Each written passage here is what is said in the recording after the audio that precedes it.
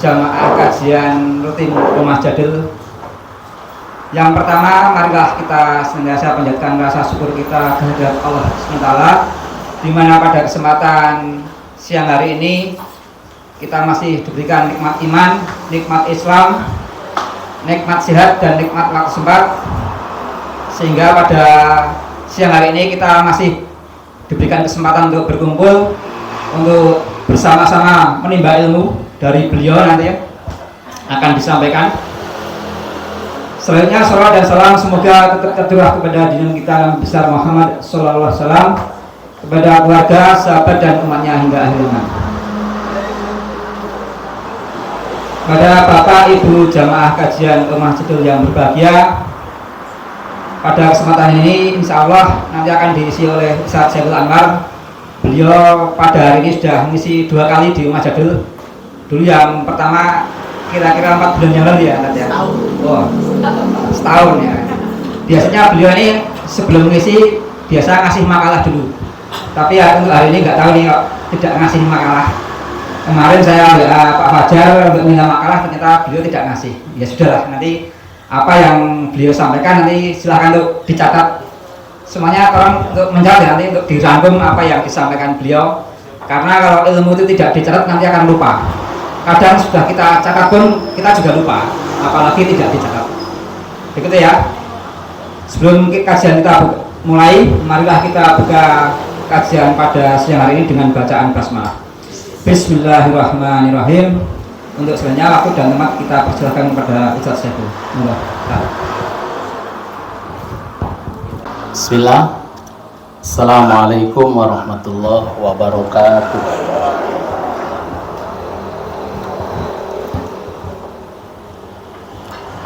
Alhamdulillah, walhamdulillahi rabbil alamin.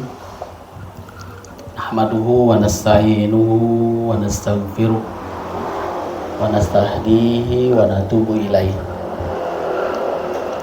Asyhadu an la ilaha illallah wahdahu la syarikalah wa asyhadu anna Muhammadan abduhu wa rasuluh. Allahumma sholli ala Muhammad wa ala alihi wa ashabihi ajma'in wa man tabi'ahum bi ihsanin ila yaumiddin.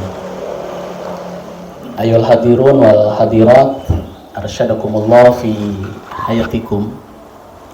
Usini wa iyyakum taqwallah faqad fazal muttaqun. Haitsu yaqulu ta'ala a'udzu billahi minasyaitonir rajim. Ya ayyuhalladzina amanu taqullaha haqqa tuqatih wala tamutunna illa wa antum muslimun.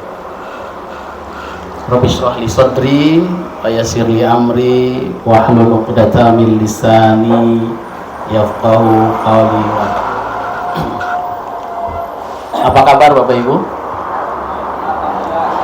Sehat semua ya? Bisa konsentrasi Bapak Ibu? Saya kok abaikan saja ya, anggap saja kita tidak sedang di pinggir jalan, kita berada di tengah hutan.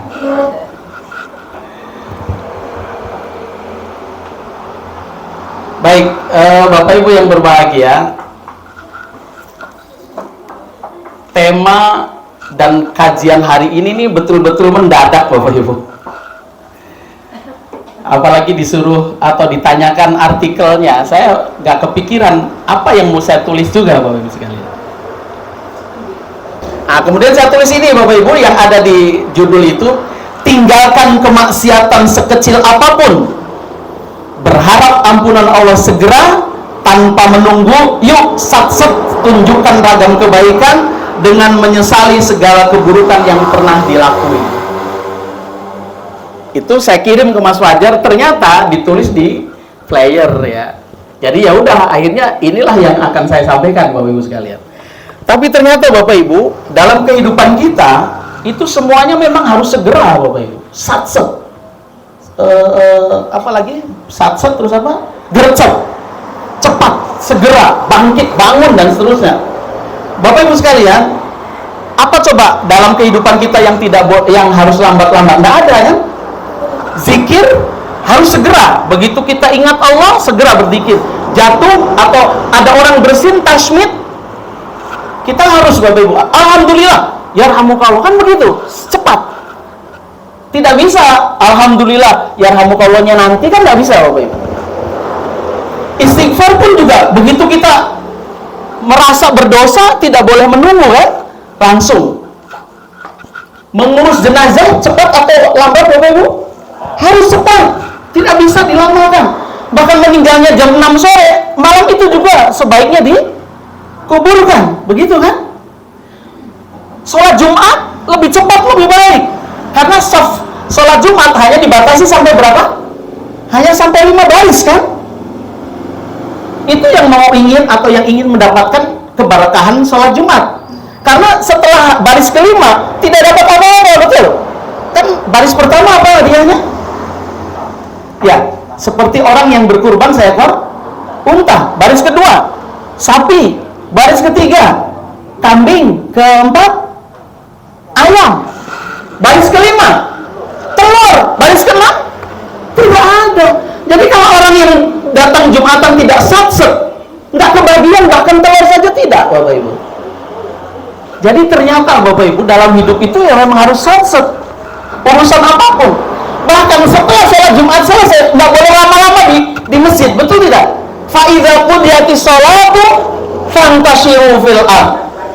Kalau sudah selesai sholat Jumatmu, segera kabur lagi, tinggalkan masjidmu. Fantashiru fil ard wabtagu min fadlillah. Jadi urusan dunia pun harus satset, nggak boleh lama-lama. Kelihatan kalau pengangguran Bapak Ibu kalau selesai sholat Jumat kok ngobrol lama di masjid, harusnya kan kerja lagi. Yang tukang cilok yang segera ke bawa ciloknya kan begitu, yang tukang martabak kan begitu, yang warung juga kembali buka warungnya. Seperti itu Bapak Ibu sekalian. Dan ada yang saya dapatkan, ternyata ada yang tidak boleh buru-buru Bapak Ibu. Satu hal, apa diantaranya? Yang saya dapati adalah ketika sudah iqomah sholat, di waktu sholat ya, sudah iqomah, sudah qomat, Allahu Akbar, asyhadu an la, itu Nabi melarang kita buru-buru Bapak Ibu. Jadi kita ke masjid kalau sudah iqomah itu tidak boleh lari-lari, harus tetap tenang. Ini artinya apa? Mungkin kita sudah ketinggalan berarti Bapak Ibu, karena ke masjid itu lebih baik lebih awal kan. Begitu adzan dikumandangkan, satset harus segera berwudu, kemudian segera menuju masjid, atau sholat sunnah dulu di rumah baru segera ke masjid. Karena kalau sudah iqomah, kata Nabi, tetap harus perlahan, tidak boleh buru-buru. Bapak Ibu, kalau kita kasih judul bergerak, bangkit bergerak segera, itu kemudian diilustrasikan dengan gambar hewan atau dengan hewan, kira-kira hewan apa yang cocok Bapak Ibu dengan judul bangkit bergerak segera? Hewan apa yang cocok Bapak Ibu? Keong? Kura-kura? Atau bekicot? Apa Bapak Ibu? Tidak cocok ya kalau judulnya bergerak, bangkit bergerak segera. Dikasih titik 3 lagi sama Mas Fajar, bangkit bergerak titik 3 segera. Kok gambarnya keong, kok gambarnya kura-kura? Itu namanya, kalau tersebut judulnya bukan bangkit bergerak Bapak Ibu, tapi alon-alon alon-alon asal kelakon. Itu juga harus sudah dirubah Bapak Ibu. Kalau saya memberikan materi training, tidak boleh mengatakan alon-alon asal kelakon. Alon-alon nggak bakal kelakon. Karena sekarang harus satset, harus bangkit bergerak.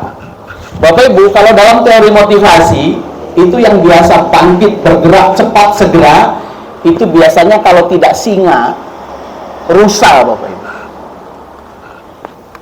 Jadi ada di dalam motivasi itu Bapak Ibu sekalian, untuk menunjukkan cepat bertindak, bergerak, itu biasanya seekor singa yang mengejar rusa. sama-sama punya keinginan untuk happy, untuk bahagia. Yang singa dia berlari cepat agar mendapatkan seekor rusa untuk dimangsa di hari itu dan ia bisa kenyang. Pun juga seekor rusa tidak akan diam, tidak akan kemudian melambatkan diri, melambai-lambai, enggak. Rusa pun akan berlari lebih cepat karena ia tahu kalau ia lambat dia mati. Sementara singa kalau lambat dia kelaparan. Betul tidak Bapak Ibu? Jadi prinsipnya juga ternyata dalam ibadah Bapak Ibu, kita harus sat-set. Kita harus cepat-cepat, tidak boleh menunda, menunggu. Maka bangkit bergerak segera. Nah, ini saya ambilkan Bapak Ibu sekalian dari surat Ali Imran 133 sampai 136. Yang utamanya di 133 ya. A'udzubillahi minasyaitonirrajim. Wasari'u ila magfiratin mir rabbikum wa jannatin arduhas samawat wal ard uiddat lil muttaqin. Wasari'u itu artinya bersegera, bangun, bangkit, bergerak segera, sat-set untuk memohon ampunan kepada Allah Ta'ala, atau memohon surga yang seluasnya langit dan bumi. Di dalam sebuah hadis Rasulullah SAW bersabda, Bapak Ibu sekalian, dalam hadis yang diriwayatkan oleh Bukhari dari Abu Hurairah, "Fa'idza sa'altumullah fas'aluhul firdaus fa innahu awsatul jannah wa a'lal jannah." Kalau kalian berkesempatan untuk meminta, maka bersegeralah, bangkit, bergerak, segera meminta kepada Allah. Apa permintaan yang disegerakan? Meminta surga yang namanya Firdaus. Karena surga Firdaus itu ada di tengah-tengah atau bahkan yang paling tinggi. Jadi semuanya ternyata harus segera Bapak Ibu sekalian. Untuk kebaikan itu semuanya harus bersegera. Peristiwa kemarin terjadi pada keponakan sepupu saya Bapak Ibu. Saya tidak bisa membayangkan bagaimana istri dan ibu kandungnya. Jadi sepupu saya ini, sepupu dari istri ya, ini meninggal di Palembang Bapak Ibu kemarin ini. Meninggal, jadi ini hari Kamis, meninggalnya hari Selasa jam 8 pagi di tempat tambang batu bara di Palembang. Mati di sana, meninggalnya di tempat kos-kosannya Bapak Ibu sekalian. Dan kemudian dibawa ke puskesmas terdekat. Dari hutan itu yang paling dekat puskesmas. Ternyata juga ya memang sudah mati dari awal di tempat. Jadi untuk memastikan saja. Kemudian dibawa ke rumah sakit Bapak Ibu sekalian. Dan pengurus atau perusahaan ini, perusahaannya adalah langsung booking pesawat untuk dibawa ke sini jenazahnya. Apa yang terjadi? Karena jalannya jauh terjal, dibawa ke rumah sakit, kemudian dimandikan dan seterusnya, dikafani, dimasukin ke box atau apa disebutnya? Peti. Dibawa ambulan ke bandara. Bandara pesawat yang dipesan oleh ekspedisi ini itu tadinya terbangnya adalah dari Palembang ke Jogja tapi transit Jakarta. Qadarullah tidak keburu, pesawat sudah terbang. Akhirnya ada pesawat yang terbang itu dari Palembang ke Jakarta, dari Jakarta ke Semarang, Bapak Ibu. Rutenya begitu. Dan itu pun ternyata di Jakarta transit, tidak langsung jenazah itu dibawa ke sini, ke Semarang. Harus nginep dulu, baru pagi-pagi jam 6 kemarin itu terbangkan dari Jakarta ke Semarang. Dari Semarang pakai ambulan ke sini, Bapak Ibu. Ini sudah sat-set untuk mengurus jenazah, tapi ternyata qadarullah seperti itu, Pak. Semakin histeris nangisnya seorang istri menunggu suaminya dalam bentuk sudah jasad jenazah. Ibunya juga sama. itu sudah satset sebenarnya. Tapi itulah yang terjadi, Bapak Ibu. Artinya di sini, Bapak Ibu sekalian, kita hanya mampu berusaha, Bapak Ibu. Nah, ketika ayat ini wasari'u ila magfiratim mir rabbikum, bergegaslah segera memohon ampunan kepada Allah, ini tidak bisa lagi santai, Bapak Ibu. Tidak bisa lagi slow, lambat, ya. Kita harus satset. Maka Bapak Ibu sekalian, untuk kebaikan itu harus selalu ada niat yang kuat. Setiap kebaikan harus diniatkan kuat, siap berubah untuk menjadi baik. Selalu dimulai dari yang paling kecil, yang paling mudah kita lakukan, Bapak Ibu. Apa yang kita bisa lakukan. Intinya, tidak ada satu gerak pun dari langkah kaki atau tangan kita, atau bahkan kedipan dan pendengaran telinga kita untuk yang tidak baik. Semua digerakkan untuk yang baik, Bapak Ibu sekalian. Diawali dari yang sedikit dan paling gampang, paling mudah. Kemudian dicoba hingga bisa, kalau itu memang berat, tapi selalu dicoba hingga bisa. Itulah kebaikan, Bapak Ibu. Nanti kalau sudah bisa, akan terbiasa, akan habit. Saya beberapa waktu terakhir ini memberikan motivasi di beberapa tempat, Bapak Ibu. Ada yang saya masukkan ke para guru, karena biasa saya memberikan training di para guru, ya. Ada 3 paling tidak yang sudah saya temui, diantaranya Mutiara Quran, kemudian ada MI di Sragen, MI Amanah namanya, kemudian satu lagi di Solo, di Karanganyar. Bapak Ibu sekalian, minat baca kita orang Indonesia, Bapak Ibu orang Indonesia? Iya. Jadi kalau tadi Mas Fajar atau Mas Didik, ini di sini tidak bisa on time. Oh, kalau on time malah saya kaget. Bukannya ini masih Indonesia? Kalau tidak bisa on time, itu masih Indonesia, iyalah, nggak masalah, kan? Betul nggak, Bapak Ibu? Termasuk saya kalau nyasar, tapi masih mendapati sampah, itu saya anggap ini masih Indonesia, Bapak Ibu. Jadi satu waktu saya mencari sebuah pondok pesantren di sekitar perbatasan Karanganyar Sragen, nggak ketemu-temu, sampai si driver saya ini kemana ya? Kok rutenya Google aja bingung. Sebentar, saya lihat, saya turun dulu. Oh, masih ada sampah. Insya Allah kita belum nyasar sampai Malaysia. Jadi Bapak Ibu sekalian, ada minat baca kita orang Indonesia itu sangat apa ya? Ya, lemah. Maka saya memotivasi kepada para guru untuk menciptakan suasana wajib baca kepada muridnya, kepada santrinya, kepada siswanya. Bahkan bukan hanya di internal di dalam pondok atau di dalam sekolah itu, tapi terutama kalau yang sekolahnya pulang pergi, maksudnya tidak nginep, maka ada wajib baca di rumah mereka masing-masing.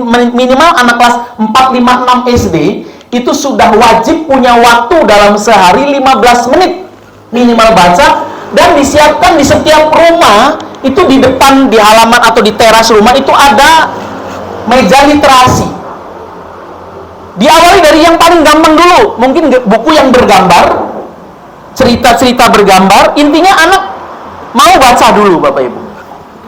Ini juga mudah-mudahan kita akan terbiasa, Bapak Ibu sekalian, karena minat baca kita lemah sekali, Bapak Ibu.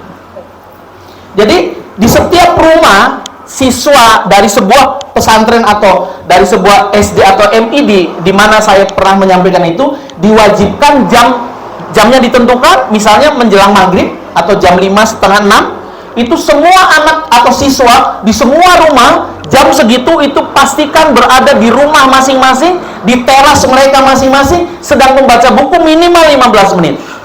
Oh, kalau itu bisa terlaksana, Bapak Ibu, habits betul, akan menjadi terbiasa dan menginspirasi warga-warga yang ada di sekitar.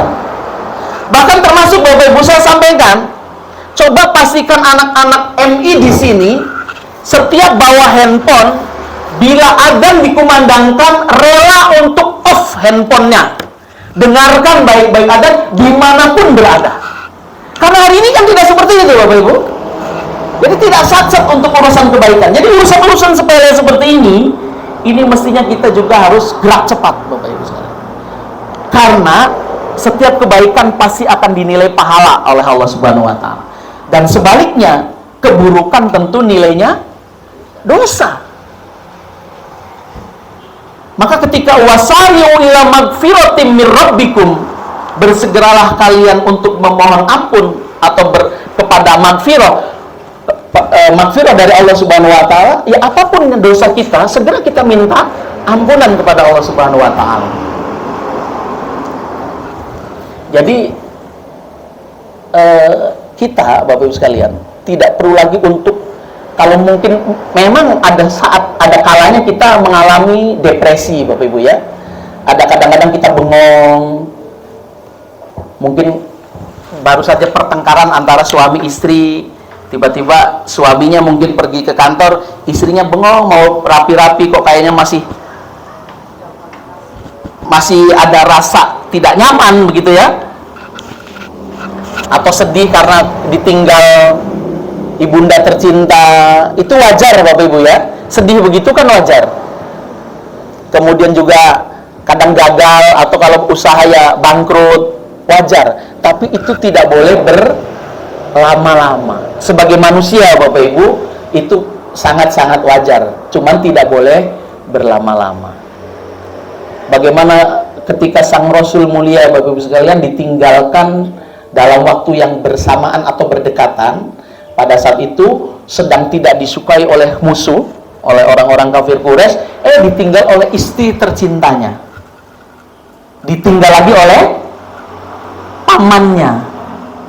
Padahal ketergantungannya waktu itu untuk dana biaya hidup itu betul-betul ditanggung oleh sang istri tercinta, betul tidak Bapak Ibu? Sementara untuk di sosial, di ranah sosial, dia didukung oleh sang paman, dan paman punya power di saat itu, walaupun berakhir atau berujung tidak menerima Islam ya, Abu Thalib itu.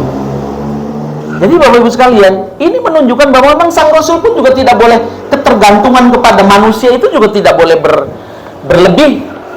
Sudah tidak boleh. Saat itu sedih betul, ditinggal oleh istri tercintanya, ditinggalkan oleh orang yang betul-betul punya kekuatan dan dukungan yang sangat hebat. Tapi tidak boleh berlama Bapak Ibu sekalian. Dan Rasul bangkit, bergerak. Justru beliau kemudian mendapatkan sahabat yang luar biasa. Dari satu sahabat membawa dua, dari dua membawa empat, dari empat terus berkelipatan sampai akhirnya ada hijrah Bapak Ibu sekalian, dinantikan oleh para kaum Ansor dan seterusnya dan seterusnya. Ini penting Bapak Ibu sekalian, bahwa urusan kebaikan harus segera, cepat, tidak lagi menunggu. Baik, di dalam surat Ali Imran tadi Bapak Ibu sekalian, itu ayat berikutnya disebutkan tentang ciri-ciri orang yang bertakwa.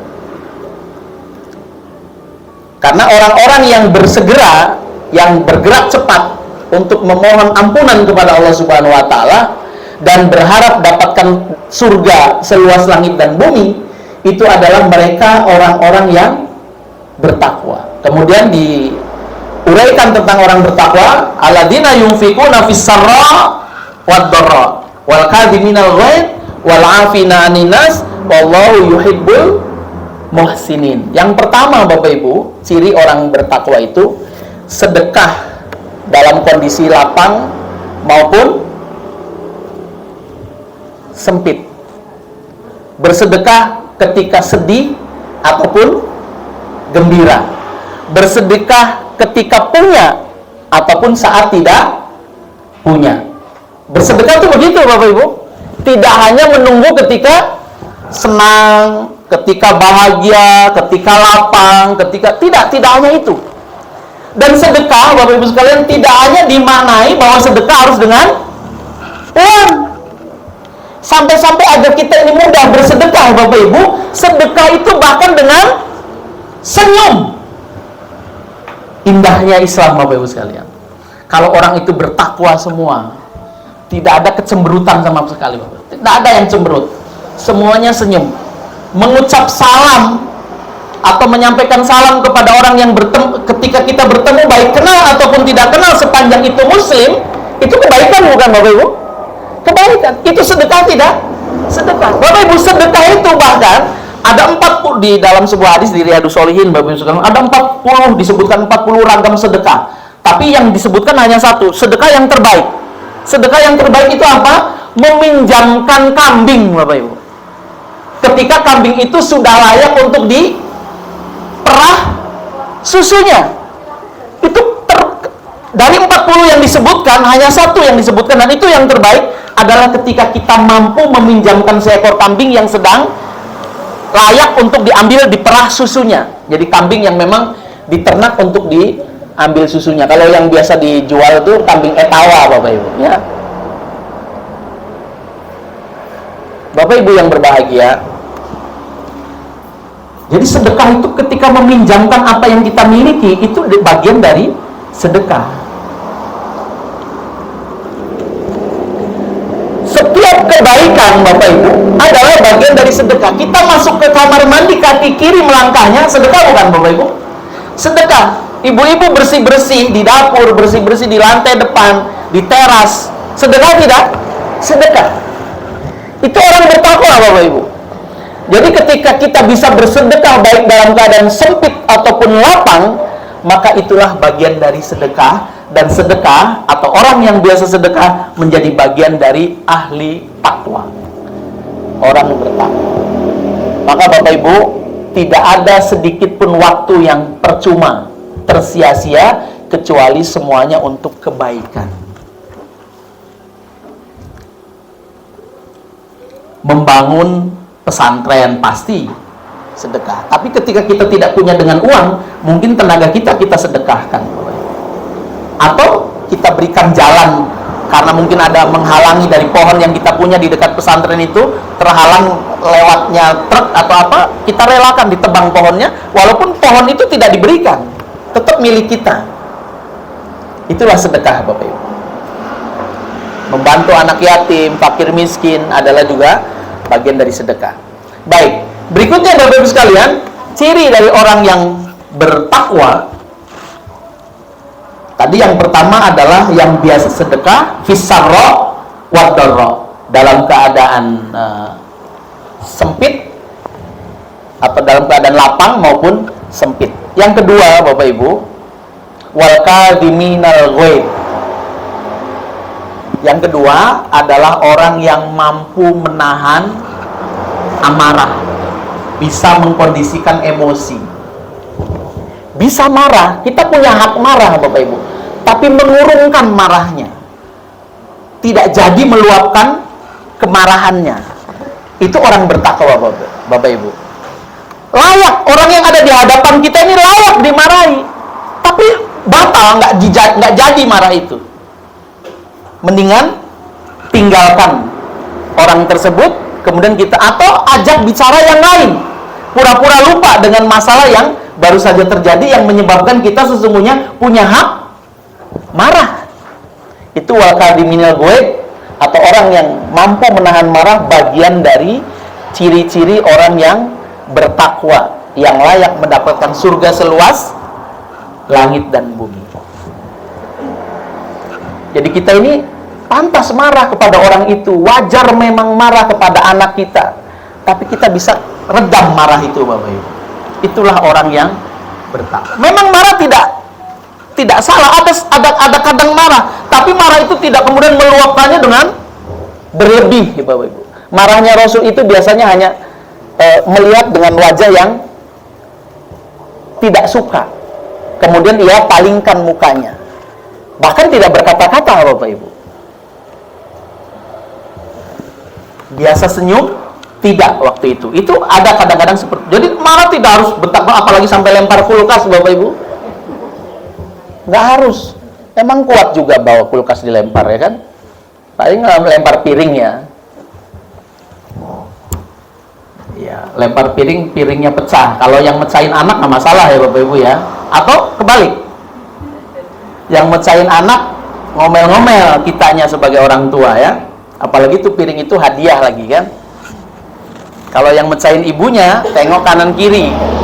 cari tempat sampah ya, kemudian buang pelan-pelan. Kedengaran juga sama anak kita, apa itu mah? Enggak, ini cuman. Bapak Ibu, ketika kita mampu mengendalikan diri untuk tidak meluapkan kemarahan, itu bagian dari ketakwaan. Maka ada solusi dari Rasulullah SAW. Kalau kita marah Bapak Ibu dan kondisi kita sedang berdiri, duduklah supaya bisa meredam kemarahan itu. Duduk segera. Nah itu sat-sat juga Bapak Ibu. Duduk cepet-cepet. Duduk masih mau marah juga, berbaring. Kalau berbaring masih marah juga, gila itu namanya. Ya masa masih begini-begini, ayo enggak. Itu orang gila kan? Jadi kalau berbaring kok masih marah, bisa jadi itu sudah tidak sadar dirinya Bapak Ibu. Maka yang lebih baik lagi Bapak Ibu, ketika marah segera ambil air wudhu. Karena pada saat marah setan sangat banyak di sekitar kita. Atau mengucapkan a'udzubillah minasyaitonirrajim. Orang-orang bertakwa tuh begitu Bapak Ibu. Dan ini bisa dilakukan oleh orang bertakwa tentu karena punya ilmu Bapak Ibu. Bagaimana mungkin dia bisa melakukan itu kalau tidak punya ilmu?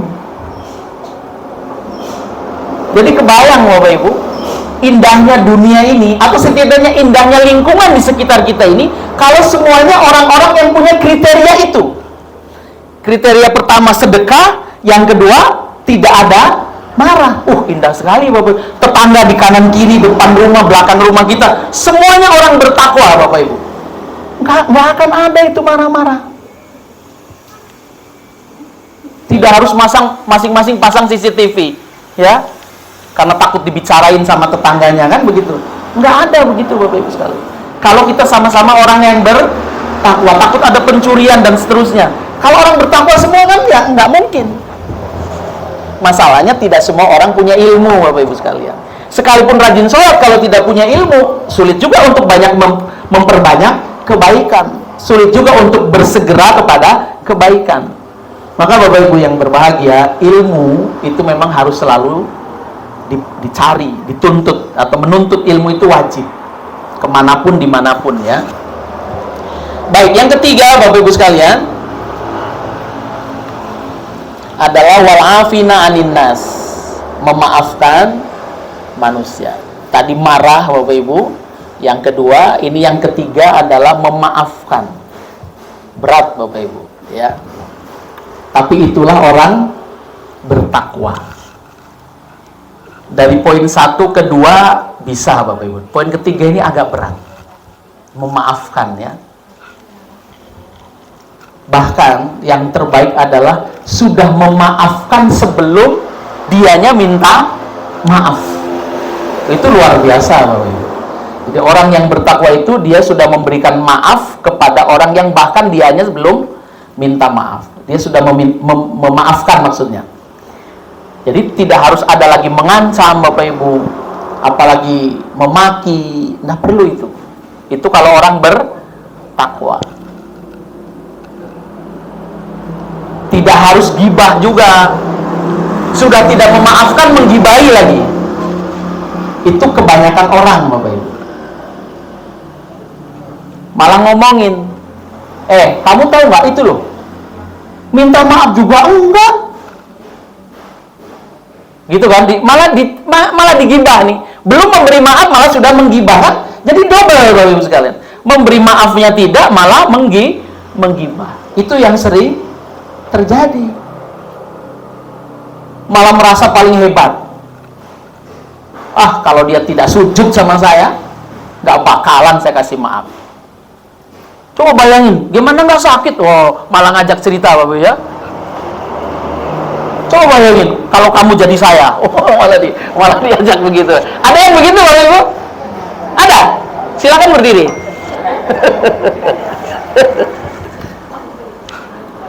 Biasanya ibu-ibu yang begitu, tapi bapak-bapak juga tidak sedikit yang begitu Bapak Ibu.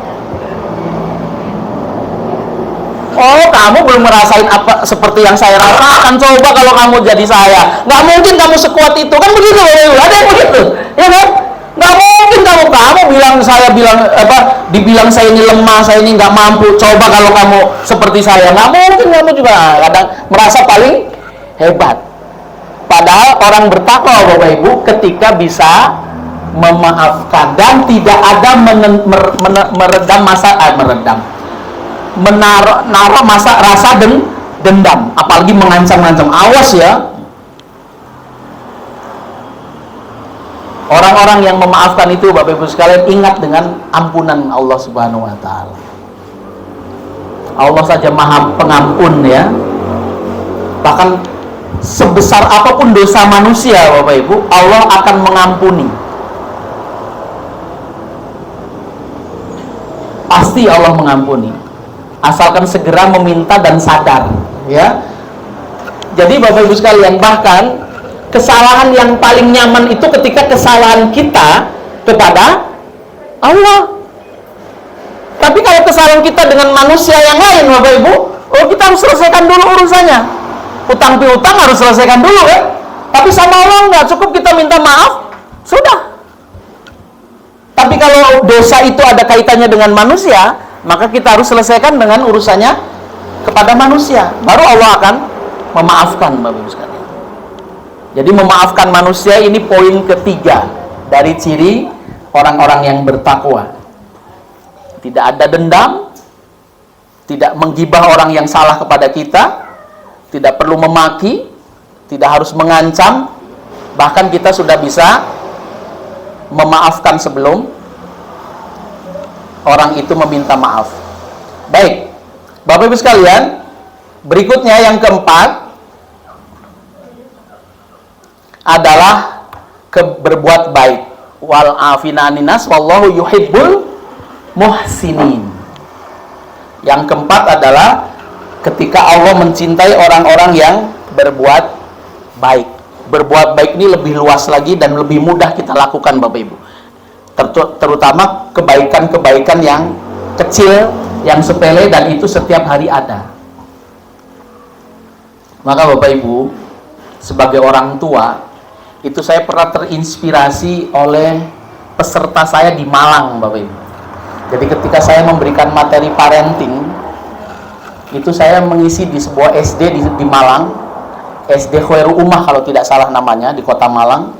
Itu pesertanya pasti wali murid Bapak Ibu. Sebagaimana saya belum lama ngisi di SD Muterang, itu wali murid semua.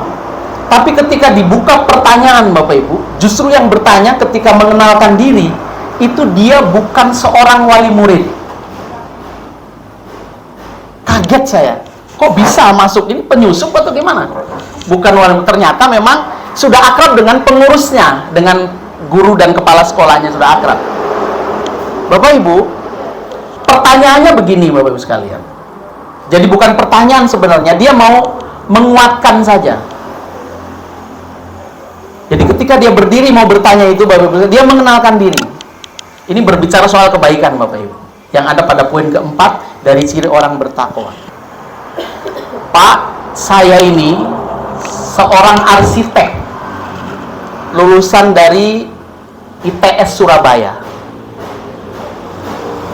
Istri saya seorang dokter. Istri saya asli dari Banten, lulusan UI Depok. Kebayang Bapak Ibu, suami istri orang-orang pinter semua. Arsitek, dokter. Saya punya anak 3, tapi tidak ada yang saya sekolahkan semua. Anak pertama itu kalau saja sekolah sebagaimana umumnya, itu hari ini mestinya sudah kelas 4 SD. Yang kedua kelas 2 SD, yang ketiga masih TK kalau sekolah. Tapi anak saya tidak ada yang saya sekolahkan. Apa yang Bapak jelaskan tadi di dalam materi, itu kan saya memberikan materi diantaranya bahwa idza mata ibnu Adam in qata'a amalu illa min salas. Kalau anak Adam meninggal, maka semua terputus kecuali 3 hal ya. Sedekah jariah, ilmu bermanfaat, atau waladun soleh yad'ulahu. Sudah saya jelaskan. Nah, dia di sini mau negaskan, bertanya begini, Bapak Ibu. Kenapa saya tidak sekolahkan anak saya? Anak saya, kalaupun saya sekolahkan, itu ke sekolah yang praktis nanti ketika sudah usia setelah kira-kira lulus SMA. Kalau perlu ijazah, maka saya gampang, saya akan nginduk ke sebuah sekolah karena sekarang, atau saya ikutkan dengan paket A, B, C. Kalau anak saya harus kuliah, saya bisa kuliahkan, saya dapatkan dari paket A, B, C tadi untuk ijazahnya. Tapi kalau ada kursus yang memang langsung praktis, misalnya membuat ini, membuat itu, lebih baik saya kursuskan. Intinya Pak, saya ingin sampaikan bahwa 3 hal yang ada dalam hadis itu ingin saya semua yang mendapatkan atau istri saya. Jadi kalau anak saya bisa membaca, baik baca Quran maupun baca abjad ABCD, itu yang mengajarkan anak saya adalah saya ayahnya, atau istri saya ibunya. Saya tidak ingin karena ini membaca anak saya akan terus selamanya, setiap kali membaca pahala yang mengalir kepada orang yang mengajarkan baca. Dan yang mengajarkan baca, saya ingin memastikan saya orangnya sebagai ayahnya atau istri saya. Paham Bapak Ibu? Kebayang itu pahala baca. Mungkin anaknya sekarang sudah usia berapa saya tidak tahu, karena itu saya memberikan materi di sebelum 2020. Bapak Ibu, kemudian dia jelaskan, kalau anak saya makan dengan tangan kanan, saya ingin pastikan yang mengajarkan adalah saya sebagai ayahnya atau istri saya ibunya. Kalau anak saya masuk ke kamar mandi dengan kaki kiri melangkah, masuk ke masjid kaki kanan melangkah, pakai sendal kanan duluan kemudian baru kiri, itu saya ingin memastikan saya yang mengajarkan atau istri saya. Jadi pahala itu pengennya dia dapatkan semua. Itulah yang disebut ilmun yuntafa'u bih, ilmu yang bermanfaat. Kemudian waladun soleh yad'ulahu, anak itu menjadi soleh karena saya yang mengajarkan, membimbing, atau istri saya yang membimbing. Oh, dahsyat Bapak Ibu. Tidak ada kebaikan yang dilakukan oleh anaknya Bapak Ibu kecuali dia berusaha dirinya yang mengajarkan, ayahnya atau ibunya. Halo, kebayang Bapak Ibu pahalanya? Padahal Nabi SAW pernah menyampaikan kepada kita Bapak Ibu, pahalanya para sahabat ridwanullah alaihim jami'ah tidak akan pernah terlampaui oleh kita semua. Kenapa? Karena setiap pahala kebaikan yang dilakukan oleh para sahabat akan terus-menerus berlipat-lipat setiap ada dari umatnya Rasul untuk melakukan kebaikan yang sama. Halo, Bapak Ibu, kalau kita hari ini makan dengan tangan kanan, itu Anas bin Malik dapat pahala tidak Bapak Ibu? Anas bin Malik dapat pahala tidak? Dapat, padahal anaknya sudah wafat lama. Maka kalau ibu mengajarkan anak kita pipis jongkok di kamar mandi kemudian disiram misalnya, itu dan selamanya ia melakukan seperti itu, kita sebagai orang yang mengajarkannya akan baik. Belum lama saya mengisi di SMP Negeri 12 Magelang kepada guru-guru SMP Negeri 12 bahwa pahala guru itu luar biasa, akan terus mengalir sepanjang anak didiknya, peserta didiknya melakukan setiap kebaikan yang dilakukan oleh para guru. Maka saya kuatkan kepada para guru di SMP 12 kemarin itu, kalau Anda mengajar matematika, Anda mengajar biologi, Anda tetap sampaikan sebelum mungkin materi masuk, ada saat prolog, opening. Pada saat opening itu sapa dulu para siswa itu, puji dengan yang baik-baik. Subhanallah, kelas 2, kelas berapa kalau SMP? 6, 7 ya. Kelas 7 atau kelas 8A gitu. Kita puji dulu. Ingat sayang, kalimat itu yang diucap. Walaupun pelajarannya matematika, ada kebaikan yang diberikan.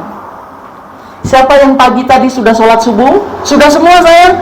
Oh, ada 2 orang. Tidak apa-apa, besok diperbaiki sayang. Tidak usah dimarahin. Kamu kenapa nggak sholat subuh? Ya nggak malu tuh lihat 40 orang semuanya sholat subuh di masjid, kamu kok enggak? Tidak perlu begitu Bapak Ibu. Halo, termasuk kepada anak kita Bapak Ibu. Ayo kita dulang kebaikan sebanyak-banyaknya dari segala sisi. Dari mata, dari hidung, dari telinga, dari apa semua baik kita lakukan Bapak Ibu. Dari mulai kamar kita, rumah kita, dapur kita, sampai meluas ke tetangga, sampai bahkan ke rumah jadul ini Bapak Ibu. Semua itu kalau kebaikan, jangan biarkan berlalu begitu saja. Karena Allah mencintai orang-orang yang muhsinin, orang yang berbuat baik. Bahkan al-ihsan Bapak Ibu, baik itu levelnya setelah Islam, iman, terus ihsan. Jadi mungkin Bapak Ibu, kebanyakan di masyarakat kita ini baru levelnya Islam saja, pengakuan hanya Muslim. Naik lagi level iman, mulai sedikit tuh orang beriman. Apalagi yang muhsin, lebih sedikit lagi Bapak Ibu. Bapak Ibu pernah tahu data? Saya dapatkan data di 2024. Orang Indonesia ini Bapak Ibu, yang Muslim ini, kalau dari data seluruh dunia Bapak Ibu, Muslim terbanyak itu di negeri kita.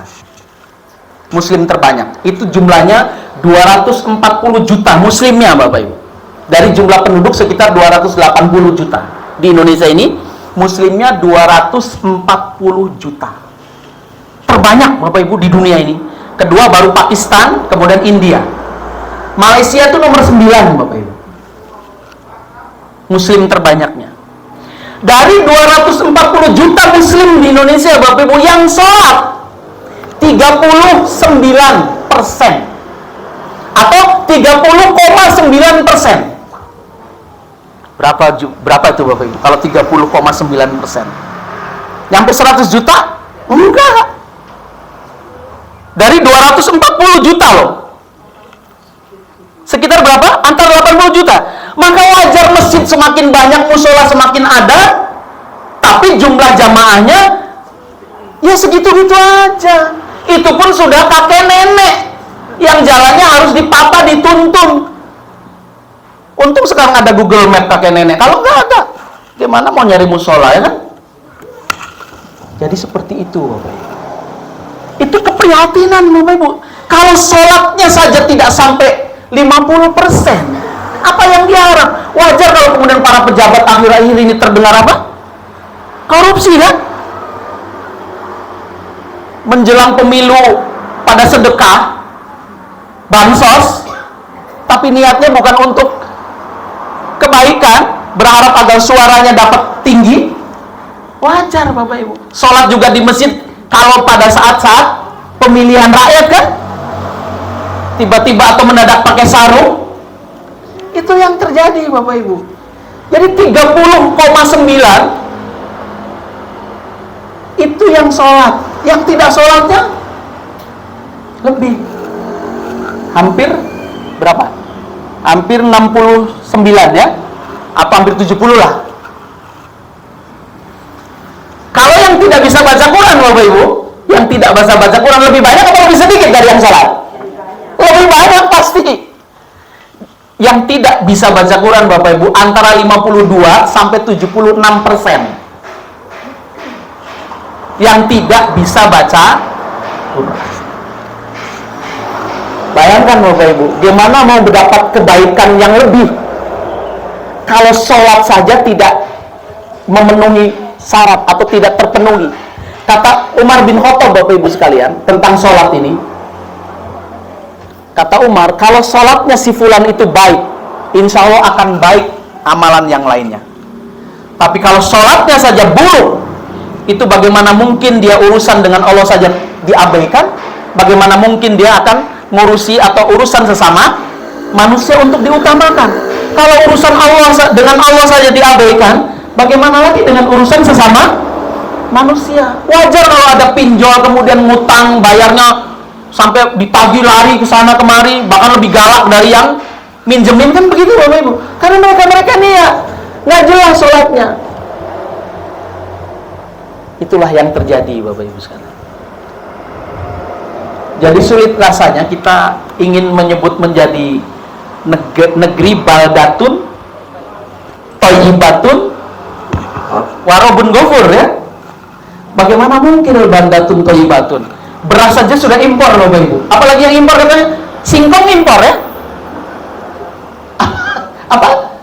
Garam impor. Kurang luas apa lautnya? Ngeri. Gula impor. Pabrik gula ditutup di mana-mana, itu pada kreasinya orang-orang Belanda dulu kan. Pabrik, padahal kalau dipelihara kan bang, rel kereta di mana-mana banyak yang tidak. Ya Allah, padahal itu kalau Pertamina-nya malah bangkrut Bapak Ibu.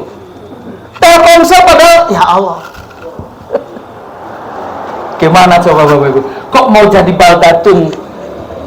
Maka saya agak-agak terharu ya ketika truk-truk sekarang ini kan tidak lagi pakai bendera putih loh, merah putih loh. Bendera merah putih tidak seperti tahun-tahun sebelumnya.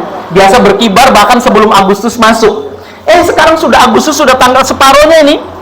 Banyak yang tidak pakai, ada 1-2 Bapak Ibu. Malah saya haru lagi kalau bendera Palestina malah yang ada di truk itu. Mungkin dari Kedu kali truknya itu kalau bendera Palestina.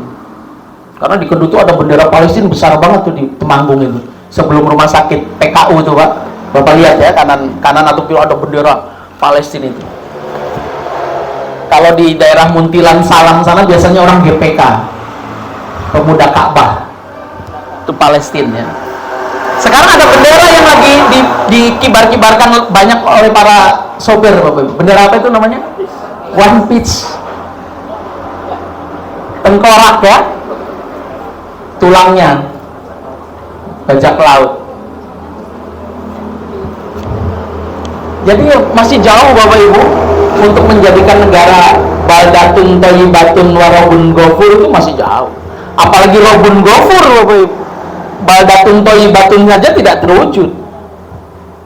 Gimana mau mendapatkan ampunan? Waktu sholat ya biasa aja berlalu. Adzan di mana-mana dikumandangkan. Bahkan kalau di daerah sawah-sawah lah, di daerah yang banyak petani, itu adzan asar itu bisa terdengar sampai 4:30, bahkan menjelang jam 5 masih ada adzan asar Bapak Ibu. Ya kan? Itu karena hebatnya wilayah itu muslim semua atau karena memang asarnya jam segitu Bapak Ibu? Jadi saya kaget juga loh, kok asar kok padahal jam 3:05 itu sudah asar. Ini jam 3:30 asar lagi, jam 4 asar lagi, 4:30 masih ada adzan asar. Sampai jam 5 pun ada asar Mbak ya. Tapi ya kalau Bapak Ibu lihat coba di masjid yang adzannya jam-jam segitu itu, setelah adzan sudah terlambat pun, adzannya sudah terlambat dari waktunya, itu masih ada puji-pujian itu. Katanya menunggu jamaah biar datang. Emang datang terusnya? Enggak kan? Bukan itu caranya. Ubah dulu karakternya ya.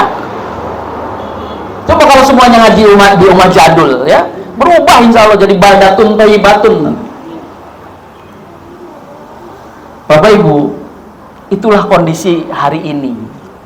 Jadi setidaknya genggam erat orang-orang yang ada di sekitar kita yang paling dekat Bapak Ibu, untuk mendekat kepada Allah dengan menunjukkan ragam kebaikan. Dan itu harus sat-set, tidak lagi menunggu. Kapan lagi kalau tidak hari ini, kan begitu. Karena al-ihsan itu Bapak Ibu level yang paling tinggi, anta budallah ka'annaka tarahu fa illam yakun tara fa innallaha yara. Ihsan itu adalah beribadah seolah-olah melihat Allah. Dan kalau kamu tidak bisa melihat, pasti itu tidak bisa, tapi pastikan bahwa Allah selalu melihat kita. Jadi ketika ihsan itu ada dalam setiap hati kita Bapak Ibu, setiap jiwa kita ini merasa dilihat oleh Allah, maka bagaimana mungkin kita akan melakukan maksiat? Betul tidak Bapak Ibu? Jadi saya ingat ada seorang kiai Bapak Ibu di sebuah pesantren, tapi itu nggak tahu cerita itu fiksi atau nyata, tapi saya baca bukan dari satu buku, di beberapa buku juga pernah saya baca. si kiai ini ingin menunjukkan bahwa ada santrinya yang luar biasa hebat, tidak sebagaimana santri-santri yang lain. Jadi sayangnya kiai kepada santri si fulan ini, Bapak Ibu, itu melebihi dari sayangnya kepada santri-santri pada umumnya. Sebagaimana kalau Bapak Ibu tahu sejarah atau riwayatnya Nabi Yusuf, 12 anak, 13 ada satu perempuan namanya Dinah ya. Semuanya anaknya 13 tapi laki-laki 12. Tapi Yusuflah yang paling disayang oleh ayahnya. Siapa ayahnya? Yakub alaihissalam. Yakub ini orang hebat, Bapak Ibu. Anaknya jadi nabi, ayahnya jadi nabi, kakeknya pun nabi. Itu Nabi Yakub. Yusuf ini disayang oleh ayahnya karena Yusuf pernah bercerita bahwa ada matahari dan bulan serta 11 bintang semuanya sujud kepadaku. Yakub sebagai seorang nabi punya bukan inspirasi, ada peka, ada insting begitu. Oh, ini mau jadi orang hebat ini, karena bulan bintang berarti aku dan istriku. 11 bulan bintang, bulan dan matahari ya, kemudian 11 bintang, oh berarti anak-anakku semuanya sujud. Oh, ini mau jadi orang hebat ini. Maka kasih sayangnya lebih. Sementara sebenarnya Nabi Yakub itu orang yang paling kasih sayang kepada seluruh anaknya.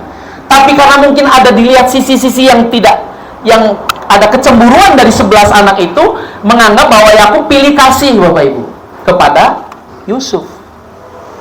Dan ternyata betul. Sampai kesedihannya Yakub itu sampai matanya buta, dan akhirnya diselamatkan juga dengan Yusuf alaihissalam ketika sudah menjadi seorang yang hebat. Pada saat kelaparan di mana-mana, keluarganya Nabi Yakub datang untuk mendapatkan bantuan kan?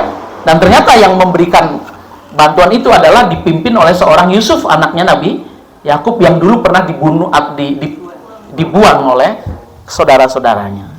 Ini di pesantren, Bapak Ibu, ada seorang kiai yang sangat cinta kepada satu santri itu, santri yang lainnya. Dan kemudian dibuktikannya apa, Bapak Ibu sekalian?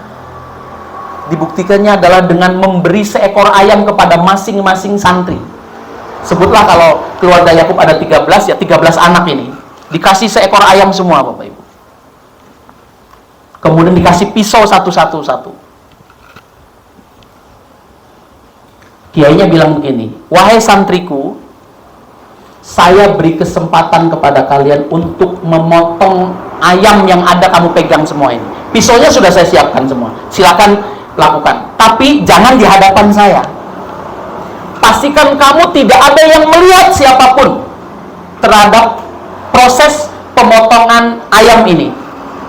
Silakan kalian berpencar mencari tempat yang tidak ada orang atau siapapun melihat kamu sedang memotong ayam. Maka semua dengan senang hati, Bapak Ibu, karena yang ada dalam pikiran santri itu nanti makan ayam.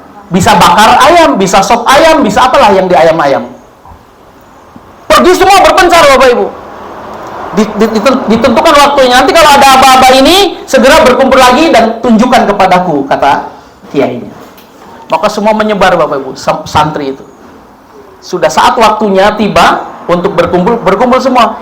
Santri si fulan tadi yang disebut sangat disayang oleh kiai tadi, Bapak Ibu sekalian, datang, pisaunya masih utuh, ayamnya juga masih hidup. Apa yang terjadi di kalangan teman-temannya? Kamu motong ayam aja nggak bisa. Emang kamu di mana sembunyinya? Emang kamu nggak bisa sembunyi? Bla bla bla, dicaci maki, Bapak Ibu. Justru di sinilah seorang kiai mendapati bahwa benar. Dengar, santri ini mendengarkan baik-baik, ditanya satu-satu, Bapak Ibu. Ketika bertanya kepada seorang santri yang tidak potong ayamnya itu, kenapa kamu tidak potong ayam? Lihat kawan-kawanmu sudah memotong ayamnya, kamu kok tidak potong? Pak Kiai, Pak Ustadz, saya sudah mencari tempat untuk bersembunyi memotong ayam ini agar tidak diketahui, tapi saya tidak mendapatkannya.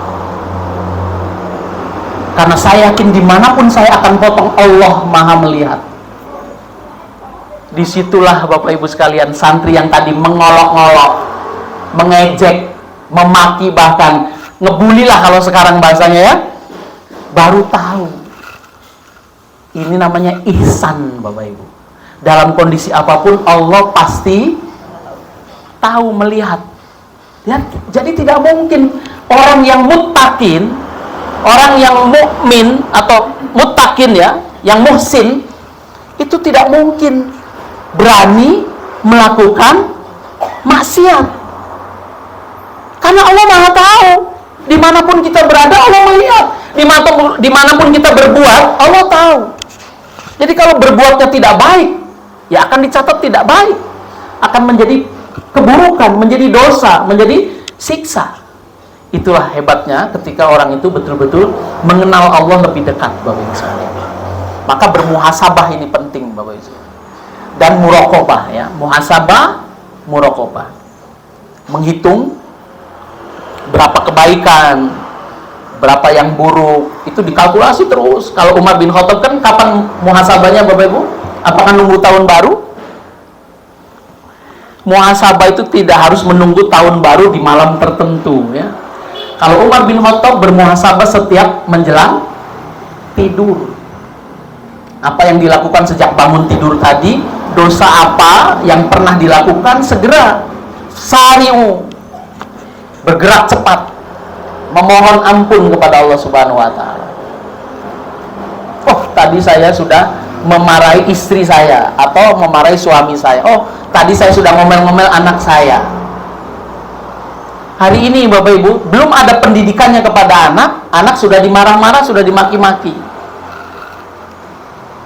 Kalau tidak mau ikut perintah, dibohongin kadang-kadang anak-anak itu. Kalau enggak makan, awas loh. Mama sama papa mau pergi. Padahal pergi nggak Bapak Ibu? Ya enggak. Anak juga ngerti. Alah, nggak pergi juga, ya kan gitu. Kamu nanti sakit loh kalau nggak makan. Anak juga tahu nggak bakal sakit loh. Sakit juga paling yang sedih ya yang ngomongnya itu kan. Maka Bapak Ibu sekalian, dalam surat An-Nahl ayat 97, man amila sholihan min dzakarin aw untha wa huwa mu'min falanuhyiyannahu hayatan thayyibah.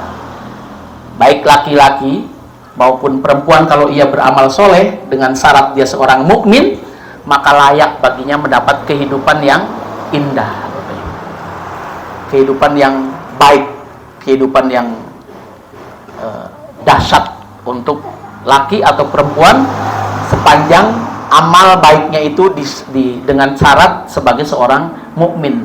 Jadi tidak bisa kalau dia bukan orang muslim atau mukmin, dia berbuat baik apapun tidak bisa dicatat sebagai kebaikan, karena landasan kebaikan adalah tauhid kepada Allah Subhanahu wa taala.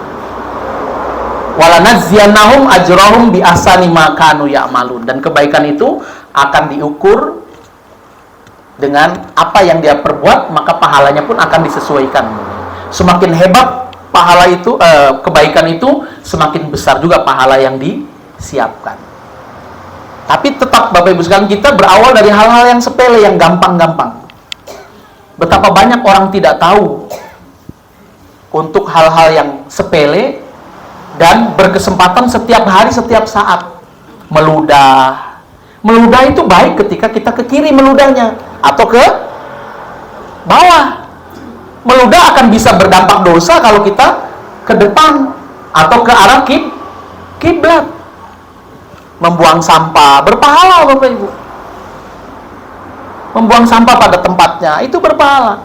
Tapi kalau kita membuang sembarangan, apalagi melukai orang, menyakiti hati orang yang lewat misalnya, itu malah menjadi dosa. Jadi Bapak Ibu sekalian, orang-orang bertakwa yang kemudian levelnya muhsin, itu bahkan dari hal-hal yang mubah saja, dari hal yang mubah itu bisa banyak menghasilkan pahala, Bapak Ibu. Dari yang mubah, apalagi yang sudah jelas secara fikih sunnah wajib. Dari yang mubah saja, makan itu mubah, Bapak Ibu. Tidak wajib, tidak juga sunnah kan, tapi mubah. Tapi kalau makan itu diniatkan untuk kuat agar nanti sholatnya bisa lebih nyaman, tidak memikirkan rasa lapar, itu maka makan jadi baik bagi orang yang mukmin, orang yang muttaqin, orang yang muhsin. Dari makan saja. Jadi banyak ragam kebaikan yang bisa kita lakukan, Bapak Ibu sekalian. Dan kita harus sadar Bapak Ibu, setan itu selalu menunggu waktu kapan kita lengah. Betul tidak Bapak Ibu? Bapak Ibu yang berbahagia, al-imanu yazid wa yanqus. Iman itu fluktuatif Bapak Ibu. Ada kalanya naik, juga turun. Adakah di sini yang imannya naik terus? Pengen tahu saya orangnya seperti apa? Kalau turun terus mungkin, bahkan saya bisa jadi berdiri Bapak Ibu. Tapi tidak, ternyata iman itu yazid wa yanqus.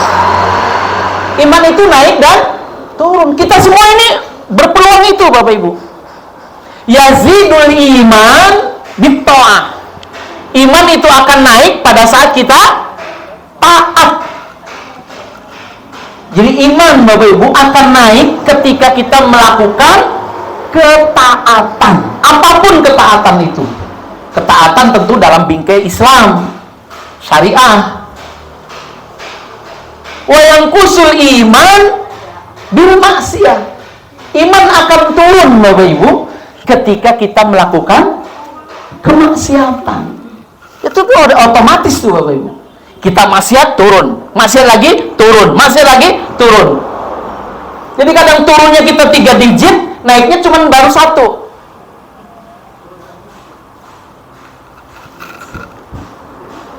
Apalagi nanti di akhirat itu Bapak Ibu, perhitungan itu kan tidak hanya dengan kalkulasi angka, tapi ada namanya mizan ya. Hisab, kemudian ada mizan Bapak. Mizan itu ditimbang Bapak Ibu, bukan dilihat kuantitasnya, bukan, tapi dengan timbangan. Bapak Ibu, sama-sama kita sholat berjamaah maghrib di masjid yang sama, di saf yang sama, di barisan depan laki-laki atau ibu-ibu di barisan belakang, imamnya satu yang sama, itu pahalanya apakah sama Bapak Ibu? Tidak. Mungkin secara angka 27 derajat. Betul tidak Bapak Ibu? Secara angka, karena kita sudah melakukannya bahwa ini berjamaah. Berjamaah nilainya 27 derajat. Tapi ketika di mizan, ditimbang Bapak Ibu, antara satu orang dengan orang yang lainnya akan berbeda. Oh, wajar dia ke masjid tadi, rumahnya nempel kok sama masjid. Dia datang ke masjid malu kalau nggak ke masjid tuh. Niatnya karena malu kalau nggak ke masjid. Pahalanya beda dengan orang yang tidak karena niat itu. Oh, wajar dia ke masjid. Oh, imamnya tuh calon mertuanya kok. Pantas aja dia rajin. Ternyata ketika ditanyakan, nek bukan mertuaku ya aku ora sholat. Jadi sama-sama di baris pertama Bapak Ibu. Ini demi mertua, ini karena tetangga. Halo. Itulah Bapak Ibu. Jadi iman itu yazid wa yanqus. Maka para salaf Bapak Ibu sekalian itu hari-hari memperbaiki niat terus Bapak Ibu. Karena niat itu kadang-kadang gitu Bapak Ibu. Niat sedekah dari rumah itu sudah oke banget, lillah, ikhlas. Begitu ada yang memaki kita gara-gara sedekah kita mungkin jumlahnya yang tidak sepadan, atau mungkin jenis barangnya yang tidak cocok, dimaki sama kawan kita, akhirnya keikhlasan tuh goyah Bapak Ibu.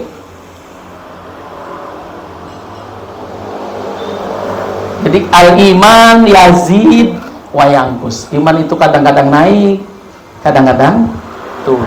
Ya yazidul iman bitta'ah wa yanqusul iman bil maksiyah.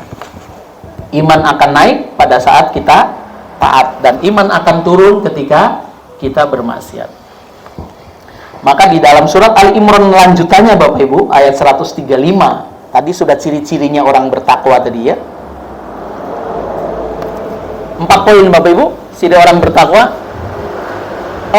Biar kuat dalam ingatan, dan karena ada juga yang tidak nulis, biar kuat, coba berdiri Bapak Ibu. Kita pastikan Bapak Ibu ingat ciri orang bertakwa. Ayo kita berdiri. Kuatkan supaya pulang dapat oleh-oleh Bapak Ibu. Ciri orang bertakwa Bapak Ibu, kita ingat-ingat. 1. Sama-sama. 1. Sedekah saat lapang atau sempit. 1. sempit? Ulangi. Ayo, satu, dua, jeng. Ciri orang bertakwa, Bapak Ibu ya. Ingat-ingat nih, ini ciri orang bertakwa yang akan mendapatkan surga seluas langit dan bumi dan dekat kepada Allah. Dan ini orang-orang yang bersegera, bergerak, bangkit, bergerak, segera. Satu. Bapak Ibu langsung nyebutkan aja, saya angkanya. Satu.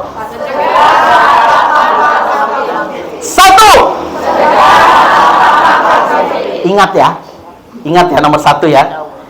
Bapak Ibu kuatkan dalam hati dan pikiran kita bahwa kita bisa melakukan nomor satu ini. Dua, sama-sama. Dua. Menahan amarah. Saya angkanya saja. Dua.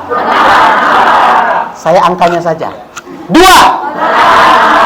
Saya angkanya saja. Satu.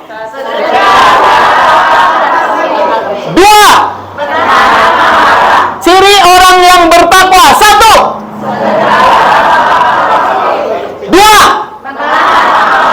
Ingat ya. Oke. Kita tambah nomor tiga. Tiga, sama-sama. Tiga. Memaafkan manusia. Memaafkan manusia. Tiga. Satu. Dua. Tiga. Alhamdulillah. Belum, jangan dulu duduk. Empat.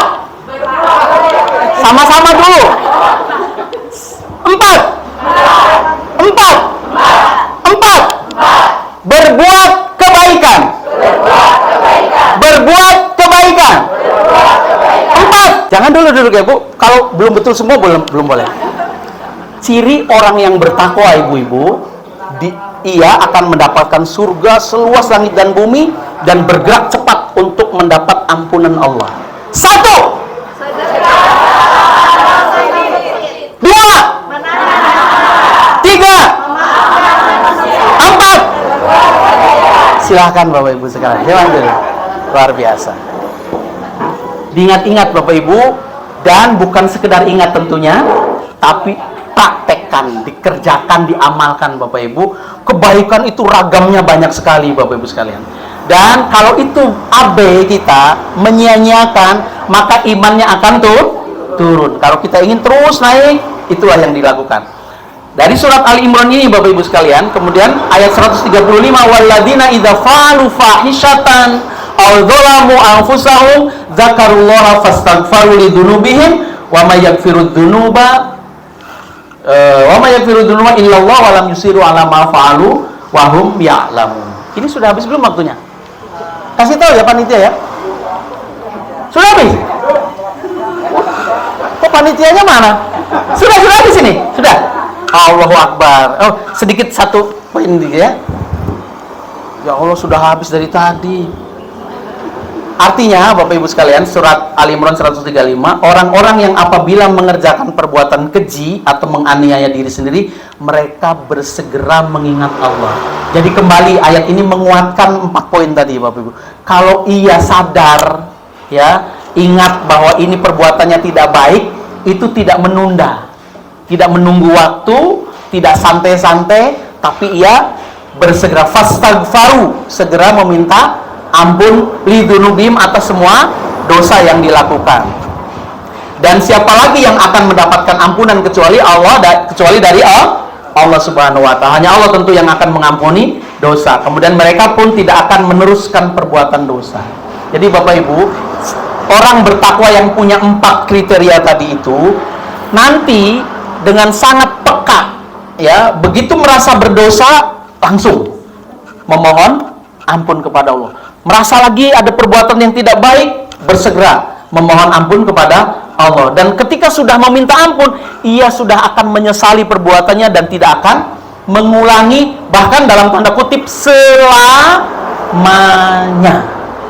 Baik Bapak Ibu, masih ada beberapa slide tapi sudah cukup waktunya. Demikian apa yang bisa saya sampaikan Bapak Ibu sekalian. Dan selalu ada doa Bapak Ibu selalu ada disertai doa agar kita bisa mewujudkan 4 kriteria tadi yang kita sampaikan. Barakallahu fikum, demikian apa yang bisa saya sampaikan. Saya mohon maaf. Bisa difahami oleh Ibu ya? Mohon dimaafkan kalau ada salah-salah Bapak Ibu ya. Dimaafkan ya? Ya, biar saya pulangnya nyaman Bapak Ibu. Kalau sudah dimaafkan ya kan? Nah, ya, memaafkan. Nah, itu dia. Jadi dipraktekkan langsung kalau ada salah saya ya. Dari saya cukup sekian. Barakallahu fikum. Billahi taufiq wal hidayah. Assalamualaikum warahmatullahi wabarakatuh.